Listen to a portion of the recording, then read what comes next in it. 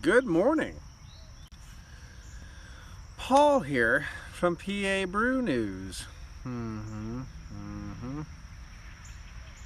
As usual, as the norm goes, just got off work and I'm off tonight and tomorrow. Also, it's the full moon tonight, August 3rd, so there will be a barbecue, or there will be, well, I guess so. Barbecue, there will be a nice little meat cooking on the grill and werewolf movies and good things like that to be happening tonight, so I'm looking forward to that while I'm off. That's on the to-do list, and I don't know, see what I can pick up, see if I can find some beer or not, whether I'm going to review a beer, drink a beer, just relax, paint, do some things, some interesting things while I enjoy the full moon and my werewolf movies. So right now we have the 2015 Blackout Stout from Great Lakes Brewing Company. Cheers, Brother Craig. How are we doing, good sir? Blackout Stout from Great Lakes Brewing Company from Ohio, from Cleveland, Ohio, coming in at 9% alcohol by volume, but of course, 2015 Thomas. Cheers, Thomas. Windows Beer Reviews. Here we go. Let's crack it open. See what we got. I got another one here as well to drink afterwards. I have a Meretsu, 2015 Meretsu. So Meretsu. So excuse my pronunciation. Dirty Glass Mafia. Oh yeah, get it in there. I wish I had a Siberian Night. That old too. I'd like to try an old Siberian Night. Of course, here's the Great Lakes. Let me see if I can see it. The Blackout Stout. Great Lakes. There you go. Oh yeah, it was nice talking with you too until as soon as Adam joined in, my StreamYard went nuts. Even though I still had full bars of reception, which is really weird. Okay, up to the sunlight, there is a pinnacle, the big Rhine, I guess, instead of just a little soft, but in the pinnacle of glass, little amber ruby hues there. So not super pitch black dark, and there's some soft beer all over the glass now because of my retardation. Oh wow, that's good. Get 7 viewers and pour beer all over the place. That's a nice one. But yeah, it looks pretty good. Let's get a nose on it before I just throw it in my face while I'm at it. There you go. Cheers. Adam.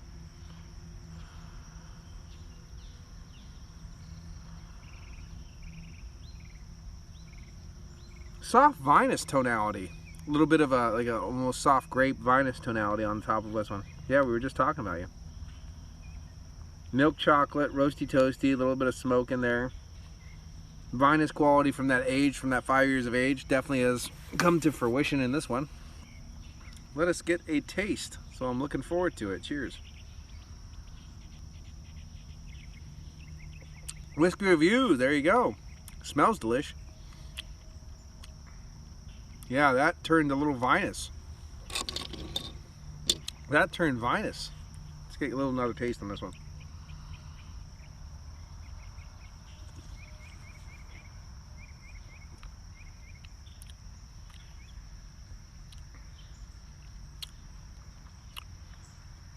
It almost,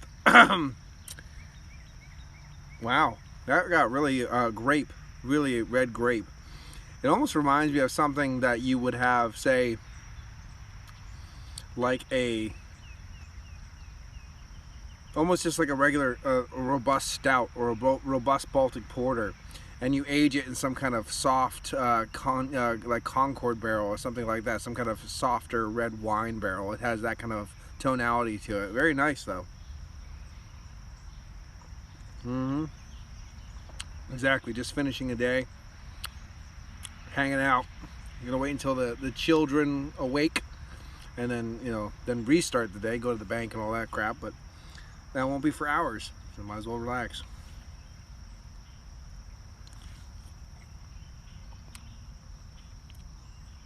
It's weird. It's got a nuanced char, a little charry, dark chocolate, baker's chocolate, and then this kind of again, that vinous quality kind of overshadowing everything at the beginning. Gives it almost like a wine barrel age kind of tonality to the whole thing. And it's pretty nice. Doesn't get too sour or red cherry, like sour cherry or anything like that. So it's still nice. It's just remarkably vinous.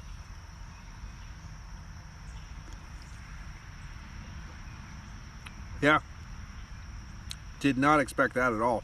But they do go, and this is kind of interesting. They do go by the Reinheitsgebot. Basically, they do the Germany purity law kind of thing. It was just the basic ingredients to this one. Let's see. Let's give it a read. Who needs the power grid when you've got the full moon, which is tonight? I guess that's a good beer to pull out, huh? Bright Stars, Good Friends, and Blackout Stout are Russian Imperial Stout with hearty malt body and bold hop flavor. This beer is traditionally brewed from all natural ingredients: barley, hops, yeast, and water. No chemicals, preservatives are used. 9% alcohol by volume. Hoobla hoobla hoobla hoobla. And I can learn. I can read. I passed the test, so that's good. And it's extremely interesting to see how these malts have changed over that 5-year period. A completely different beer. This was a very, it was nice. It was dark, rich, chocolatey, the whole deal. But there was no real dark fruits, even for a Russian Imperial Stout. It really was. There was a hop kind of quality going on through there, but no real like rich, resinous dark fruits like there is now.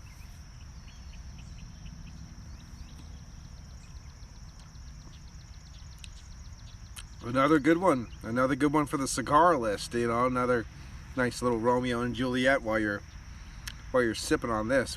They would complement each other very, very well.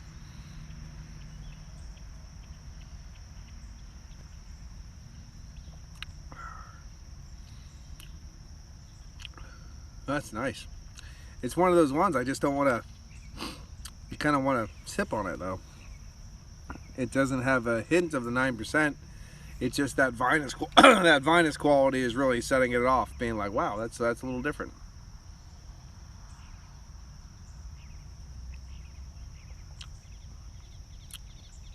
And then I have this one for after, which is a Tripel at 10% alcohol by volume from Marezzo Abbey Ade, a traditional Benedictine Trappist ale. Nice. I'm a big fan of Rue de Metzu. I think they're from Belgium. Pretty sure. Yes, they are. They are. What did I say? I know they are. That's stupid. That is just stupid. I knew they're from Belgium. Their Brune is really good too. I really like that. But that is from the Best Buys from 2017. Best before. So it's going to have at least 2 years on age. I think Belgian beers, I think they give them like 4.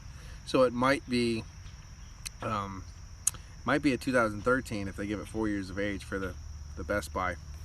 But I found they have tons of these old beers in Danville, near about maybe 20 minutes away from here, 25, 30 minutes away from here.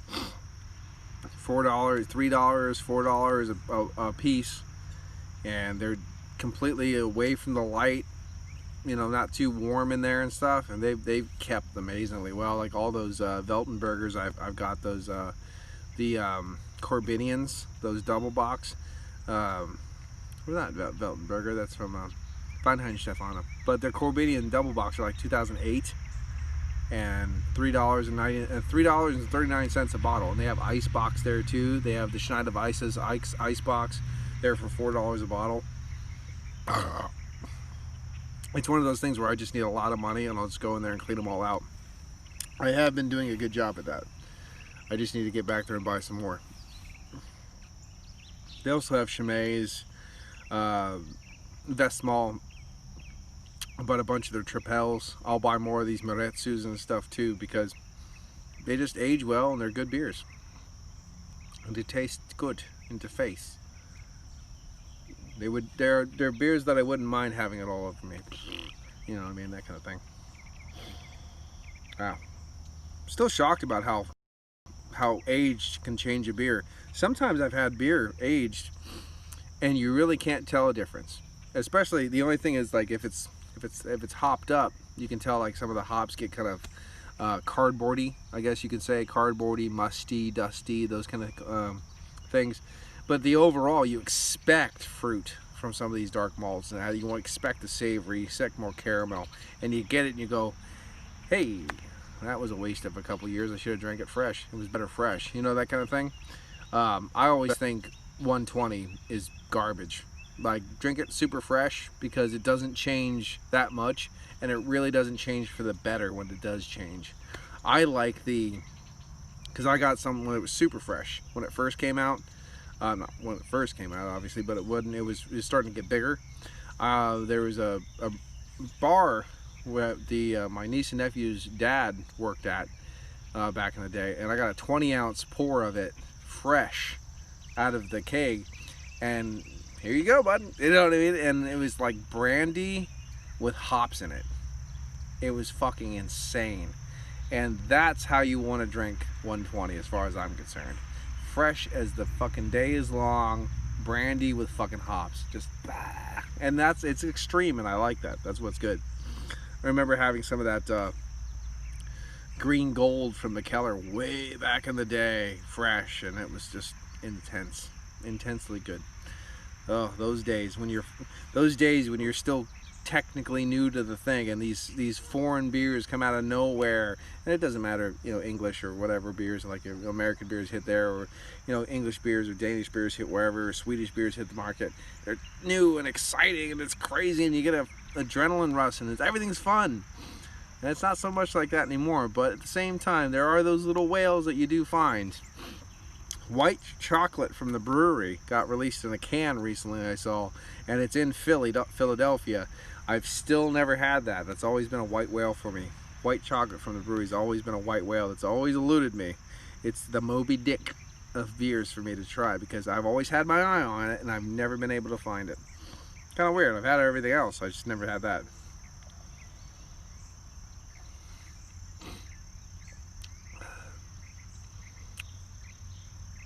Do you have any, Adam or Craig, or Thomas, do you have a white whale you might be searching for? Maybe, maybe not, I don't know. Let me know your thoughts and opinions. Almost done with this one too. Ooh. There it is, it's gone. Where is it? Oh. This thing,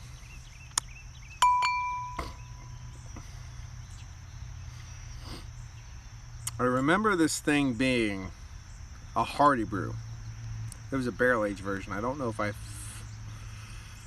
maybe I did. I think if I was a barrel-aged version of it, I know I got barrel-aged Plead the 5th, which was fucking great, from the Average Joe of the Beer Patrol.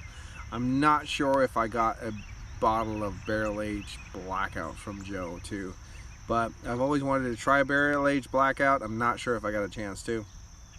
But anyway, this was a very good brew. 9 out of 10, 9.5, that category. Very good brew. Absolutely good brew. If you do an Imperial Stout correctly, I mean, if you get anything under an 8.5, you did something wrong. If you know what I mean. Because Imperial Stouts, they know, like, they're fucking good beers. The Vinous, this and that, what was that? Stone Cold beer. Oh, I've had Broken Skull. I've had it's okay. It's okay. Don't worry about it. It's nothing. It's not. Actually, it's on my channel. If you want to look it up. It's an okay beer. It's perfectly fine. I got that one. Maybe you could look it up too, because I'm sure they might ship to you. If not, you know, we can work something out where they can ship it to my house and I can just, you know, bring it over or whatever. I got it at craftshack.com, and I probably even said that in my review of that. craftshack.com, and they're from California. I remember, because I just started my job, some shit went down, I got some money, I paid a lot of shit off, and I'm a fucking retard, and I just put myself back into debt. But before I did that, of course, I bought $1,000 worth of beer off CraftShack.com. They actually had to call me because they thought it was a fake fucking order. I'm like, no, it's really me. Here we go. Let's do this. Woo! And I got 5 boxes of beer in the mail about 2 weeks later, and it was just, it was every Christmas wrapped up into one. It was amazing, and I want to do it again right now. I actually did another order from them about 2 or 3 months after that, and again, good stuff, good stuff. And I didn't do anything. I wasn't specific. I didn't want to be specific. I wanted to see, do I like it? Do I see, does it look good? Buy it. Does it look good? Buy it. It was one of those kind of things, because I wanted to kind of, unfortunately, I have this habit of, if I go beer shopping, oh yeah, they don't ship to the UK, but they do ship to my place. So I mean, then we could work something out. I have this habit. I remember the one time I went to, you know, bottle shopping, of course, up to the couple places I have here where I like to frequent, which have a lot of old English stuff and stuff like that I like to get. Well, it's actually pretty hard to find in England when I was there. And I came back, and it was a big, long trip, and I spent lots of money, right? So I was like, all right, I'm set for at least a month on PABrewNews, right? Every motherfucking beer was an Imperial Stout. And I can't fathom how I did that, but every fucking beer I bought was an Imperial Stout, and usually barrel aged. And I was like, wow, okay. I think I need someone to guide me through, or this and that. So when I went on to CraftShack.com, I literally just, I don't care if it looks cool, the name's cool, excuse me, name's cool, I bought it. I didn't look at the style, so I could mix it up. And there were some sours in there and wild ales, and I'm just not into that, but I did enjoy them, and I did give them proper reviews. So anyway, this is probably going to be an, it's like a 9.5. Now it's going to be like an 8.5 in that kind of category, because unfortunately the vinous qualities of the aging process has kind of taken away and kind of denuded, if that's a word, a lot of the components of the Imperial Stout that I really liked. So, you know what I mean? Because, like, if it was as vibrant as it was in his Imperial Stout, but with the grape added, it would have been fucking top. But the problem is the grape has kind of overshadowed a lot of the other things. And the body's okay. The body's a little silky, a little velvety at times, a little oily. I would say it's probably on the high side of a medium. It's kind of tapering into the low side of a full body and stuff like that. And that happens with age too. It kind of gets a little bit lighter. But, you know, not too bad. Not too bad. I'm going to give it 8.5. I think an 8.5 is a nice score for this one. I think I gave it to the 9.95 when I first did it. But even as it is, if I bought this, if it said, like, you know, wine barrel aged or whatever, I would buy that. I would say, yes, this is wine barrel aged. It's that good. It's changed to an amazing degree. And again, I'm dumbfounded on how amazing these malts can evolve and change with time. It's very interesting, and I like it. And it's part of the experience of doing this. And I am going to start homebrewing again very soon and playing the metal, because it's all happening, because the house is getting around. So I'm going to be stringing one of my guitars up here soon and plugging in my amp and just relaxing, doodly-doos. And then I'm thinking about, instead of doing beer right off the bat, I'm thinking about trying to start some wine and maybe a mead or two in the process, because I already have the equipment to do it, obviously. I just need to get a little bit of motivation. And the meads simultaneously, yes, absolutely. And I would play the metal while brewing. I know I do that anyway, but the wines and the meads will take a little longer, especially the meads. So I figure, you know, like, get those going, pop them in there. The wine is pretty much the wine. It's fine. I just got to sterilize the bottle, the container. The mead, you boil the water, you put the meat in there, blah, blah, blah. And again, you put them in somewhere safe, and you just let them rest for about 6-7 months. So, you know, well, racking, you know, all the technical bullshit that goes into it. But it's going to take about a couple months to come to fruition. So I think that's probably a pretty good thing to start at the same time. Get some wine going. I really want to get it from Barbera grape because Barbera d'Alba is probably one of my favorite wines from North Piedmont Valley, Italy. But it's like $100 that I found a thing, which isn't a bad price. But what I found so far you have to pick it up. They won't deliver it. So I'll have to, because I found like pure grape juice of Barbera grapes. So I mean, that sounds pretty interesting. So I'm gonna look into that and see what I can find for that, because I don't want to just do the traditional Concord or whatever. Like, I don't mind Concord. I might start with a Concord, but at some point I want to step it up into the traditional styles, the Barberas, maybe Cabernet Sauvignons. I mean, Pinot Noir. I mean, a lot of places around here do Pinots and stuff like that, because we might not be mirroring like Oregon, where, you know, Kevin Clements and stuff is, where Oregon is definitely known for their Pinot Noirs. But we do have a couple nice choice areas where Pinots definitely do thrive pretty well. So that's something. Or some Nebbiolo grapes or something like that, where you make the Barolos. And again, another North Piedmont Valley one in Italy. The only thing I was thinking about was the Noble. I think, was it the Noble grape? It's like the first true American grape, and it's like the first American wine. It's a Noble grape variety that I want to research a little bit more about. And they found old barrels of in certain cellars of the colonial cellars and stuff like that. I want to research a little bit more on that one, because that one does sound very intriguing to me, to get that kind of style and that kind of wine variety and grape variety into my you know, little menagerie of grapes that I'm working with and wines that I'm working with, because you know it's traditional, it's local. I like that kind of stuff. I like that traditional, local, like, you know, Spanish influenza. Let's get to that. It's traditional and local, you know, that kind of thing. So I'm gonna let you go right now. I'm gonna start a new live stream with some Arezzo Trapel. And yes, I need to shave all this little doodly-doos off my face. So there you go. It's been Paul from PABrewNews. I'll see you back in about 5 minutes. Or no, actually 2. Maybe 1.5. I don't know. Let's not be